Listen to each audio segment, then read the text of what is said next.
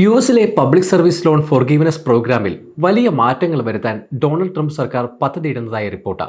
സർക്കാർ ജീവനക്കാർ, അധ്യാപകർ, നോൺ പ്രോഫിറ്റ് സ്ഥാപനങ്ങളിൽ ജോലി ചെയ്യുന്നവർ തുടങ്ങിയവർക്ക് സഹായകരമായിരുന്ന പദ്ധതിയിലാണ് ട്രംപ് സർക്കാർ അഴിച്ചുപണി നടത്താൻ ഉദ്ദേശിക്കുന്നത്.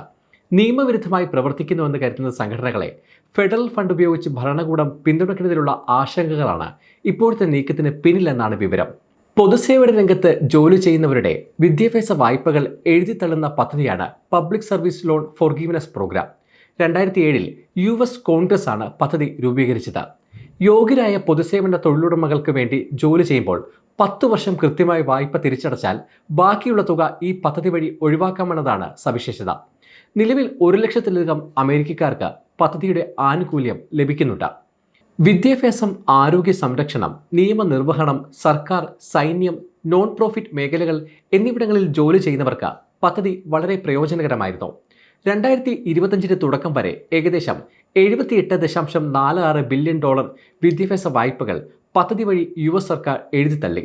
ഇത് 1 ദശലക്ഷത്തിലധികം ആളുകൾക്ക് ഉപകാരപ്രദമായി.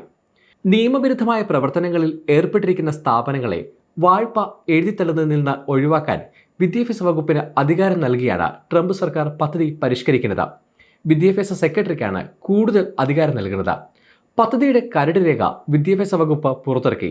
ഇത് സംബന്ധിച്ച് അഭിപ്രായങ്ങൾ തേടിയ ശേഷം അടുത്ത വർഷം പ്രാബല്യത്തിൽ വരുത്തിയേക്കുമെന്നാണ് റിപ്പോർട്ട്. വിദ്യാഭ്യാസ വകുപ്പ് വിഷയത്തിൽ കൂടുതൽ വ്യക്തത വരുത്തണമെന്ന ആവശ്യം പലരും ഉയർത്തിയിട്ടുണ്ട്. ഇപ്പോഴത്തെ നീക്കം രാഷ്ട്രീയ പ്രേരിതമാണെന്നും ഇതൊരു രാഷ്ട്രീയ ആയുധമായി ഉപയോഗിക്കാമെന്നും ചിലർ ആശങ്ക പങ്കുവെക്കുന്നു. അതേസമയം അന്തിമ തീരുമാനം എടുക്കുന്നതിന് മുമ്പ് പൊതുജനാഭിപ്രായം തേടുമെന്നാണ് വിദ്യാഭ്യാസ വകുപ്പിന്റെ വിശദീകരണം. കുടിയേറ്റ നിയമം ലംഘിക്കാൻ സഹായിക്കുകയോ പ്രോത്സാഹിപ്പിക്കുകയോ ചെയ്യുന്നതും വിദേശ തീവ്രവാദ സംഘടനയായി മുദ്രകുത്തിയ ഏതെങ്കിലും സംഘടനയെ പിന്തുണയ്ക്കുന്നതും US-ൽ നിയമവിരുദ്ധമാണ്. കുടിയേറ്റം, ഭീകരവാദം, ട്രാൻസ്ജെൻഡർ പ്രശ്നങ്ങൾ എന്നിവയുമായി ബന്ധപ്പെട്ട കാര്യങ്ങളിൽ രാഷ്ട്രീയപരമായ കാരണങ്ങളാൽ ഈ നിയമം നടപ്പാക്കാൻ സാധ്യതയുണ്ടെന്നാണ് പലരും ആശങ്കപ്പെടുന്നത്. ഫെഡറൽ ഇമിഗ്രേഷൻ നിയമലംഘനങ്ങളെ സഹായിക്കുന്ന, വിദേശ തീവ്രവാദ സംഘടനകളെ പിന്തുണയ്ക്കുന്ന, വിവേചന വിരുദ്ധ നിയമങ്ങളെ ലംഘിക്കുന്ന സ്ഥാപനങ്ങളെയാണ് മാറ്റങ്ങളിലൂടെ സർക്കാർ ലക്ഷ്യമിടുന്നതെന്നാണ് റിപ്പോർട്ട്.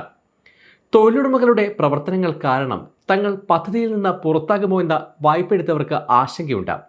അതേസമയം പബ്ലിക് സർവീസ് ലോൺ ഫോർഗീവ്നെസ് പ്രോഗ്രാമിന്റെ ഭൂരിഭാഗവും US കോൺഗ്രസ് രൂപീകരിച്ചതാണ്. അതിനാൽ എക്സിക്യൂട്ടീവ് ഉത്തരവുകൾക്ക് മാത്രം ഇത് പൂർണ്ണമായി ഇല്ലാതാക്കാൻ കഴിയില്ലെന്ന് ചിലർ പങ്കുവെക്കുന്നു.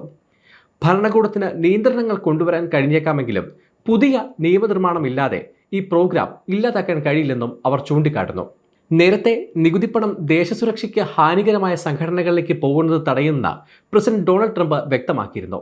നിയമവിരുദ്ധ കുടിയേറ്റം, തീവ്രവാദം, അമേരിക്കൻ വിരുദ്ധ പ്രവർത്തനങ്ങൾ എന്നിവ പ്രോത്സാഹിപ്പിക്കുന്ന സംഘടനകളിലെ ജീവനക്കാരുടെ വായ്പകൾ എഴുതിത്തള്ളിയെന്നും യഥാർത്ഥത്തിൽ അർഹതയില്ലാത്തവർക്ക് പോലും ഇളവ് നൽകിയെന്നും ട്രംപ് ആരോപിച്ചിരുന്നു.